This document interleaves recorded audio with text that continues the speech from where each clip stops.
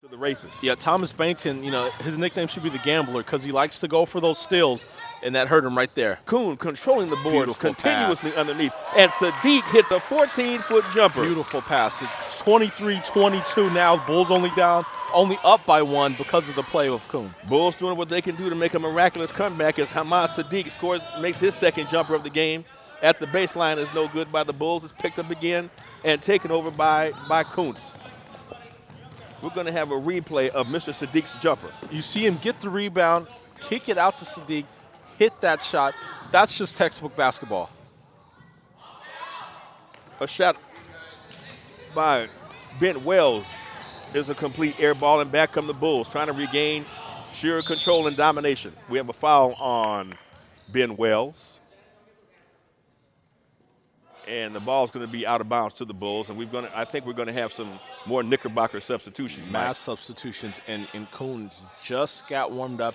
He's going to get a breather. Let's see if the Knicks can stay within striking distance while he's on the bench. Ryan Phillips has done a real good job with mixing his team in and out with substitutions. That's I got to say and admit, he's done a miraculous job with that technique.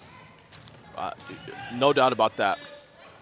It's a shot off the top of the rim by number 1, goes high off the backboard and in. What a shot. Pretty play. Yeah, there's no words for that. I can't believe that went in. Here's another steal by the Bulls. Number 1 is off to the races again. The layup attempt, no good. Rebound is put up and in by number 47.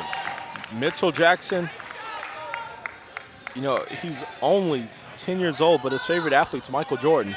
That's impressive. It just seems like every time the Knicks make a move, the Bulls have something to counteract it with. Here's a shot. That's off, and it's picked up by the Bulls again. And he didn't look to pass once, did Bainton, on that drive. Got to get your teammates involved. Yes, you do, and I'm sure Coach Beckton will talk to him about that at the next time out. Dribble drive in the key. That shot goes in for him. Leaping Lena is good from 4 feet. And like I said a second ago, Mike, every time the Knicks make a run, the Bulls come back with a counter. And here they go again. Number 43 on the run. The layup this time is good. And one of the things that you won't see on that shot was how Nick Vargas, while Tabirara was going down the lane to score, stopped and picked off any defenders that would have gotten to that ball.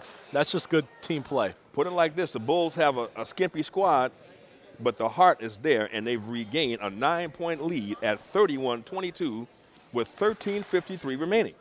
Yeah, you can't measure heart, and these guys have it in spades. All 5 of them have been in the game the entire time because they don't have a bench. But they've played well throughout the entirety of the game, and they've had good coaching as far as timeouts. We're going to take a look at this last basket by And I don't know if layup. you could see him. You don't see him, but on that play, number 42 set the screen for his teammate Dylan Tabirara as Dylan got the layup. Well, you know what, Mike? This skimpy, limited Bulls roster that we are witnessing here today reminds me of those old Jerry Tarkanian UNLV teams back in the 1970s and early 80s when they used a grand total of only 8 players to win at least 1 national title. Right, yeah, and you do see that a lot. You see that in the pros a little bit. A guy like Mike D'Antoni, coach of the Knicks, only likes to use 7 players for his rotation. So, this isn't unprecedented. No, it's not. But so far, so good. If you look at the Bulls right now, do you see any tongues fatigue? any No. tongues wagging? No, I don't. Not at all.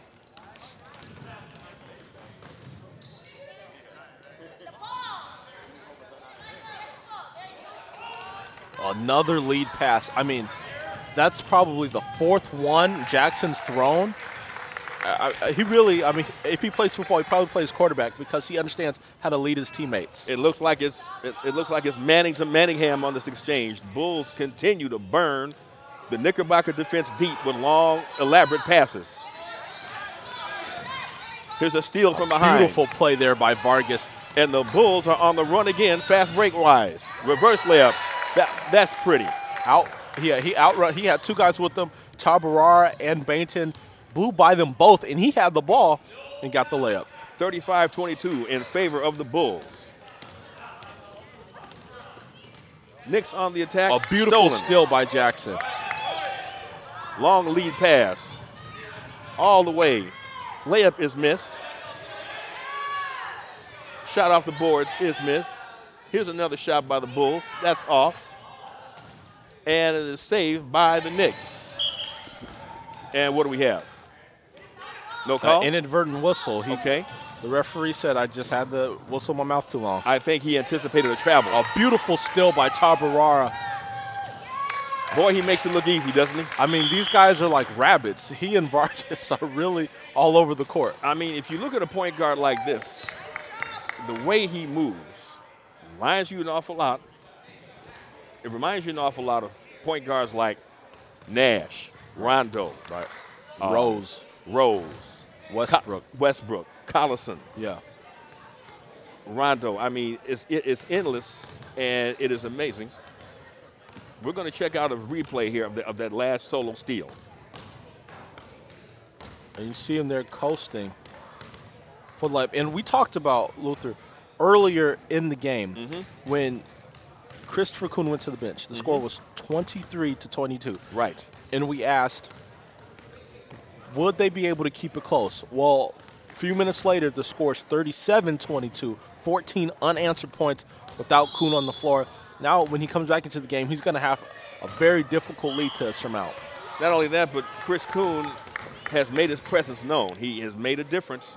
And like you said, as soon as he was removed from the game, that's when the Bulls went on their rock'em sock'em tear and retook control. Yeah, they said thanks, of the coach. offense. Yeah, they set the were pace happy for the game. Yeah, no doubt about that. Knickerbockers have it out. Will take it out. Ben Wells brings it in, and here comes Mr. Sadiq.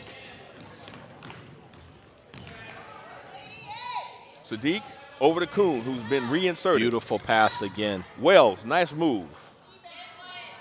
Shot is no good. We've got contact in the key, and we've got a jump ball and a tie-up. 11:56 remaining, second half. And look, you got to love the way he comes to the ball. Doesn't get the call there. And here come the Bulls back on the attack. You know he wants that one-footed runner. Baton's done that all night. No good. Picked up by the rebounded by the Knickerbockers, and they're back on the attack. Number 94 is Ben Wells. Nice good ball handling. Nice Nice drive move all the way, to the basket. Pretty. You want to talk about guard play? That's very impressive. Behind the back, going to the basket. Some old Steve Nash lookalike moves there. No doubt about it. All right, in a zone. Interesting call for the Knicks. In a nice block, the zone playing off, and they call a foul. Was he fouled? I guess it was. Let's see if he's going to get a two-shot affair. I believe he is. Maybe that was an inadvertent whistle, and they're just going to roll with it. So now are they trying to explain that he was in the act of shooting? Is that what that's about? Okay. He gets two shots. And again, it's miraculous how the Knicks offense improves when you have Wells and Kuhn in there together, basically playing a high-low. And you see that, a great big man and a great guard. There's numerous combos, Stockton and Malone. Definitely. O'Neal and Bryant. Sure. The first attempt is good. Second attempt is also good. 39-24 in favor of the Bulls as Mr. Wells comes to center court. Sadiq, pressure from behind. Look at the defensive pressure applied by the Bulls. Gets it to Wells. Baseline jumper, hits the side of the board, and it's rebounded by the Bulls. Here we go again. Another breakaway basket. A lead pass from Jackson. That is at least 7 or 8 breakaway baskets scored today by the Bulls. Yes. Kuhn dribble driving, gets choked off. Sadiq, back to Kuhn. Nice. Baseline jumper. Lines it up. No good. Rebound by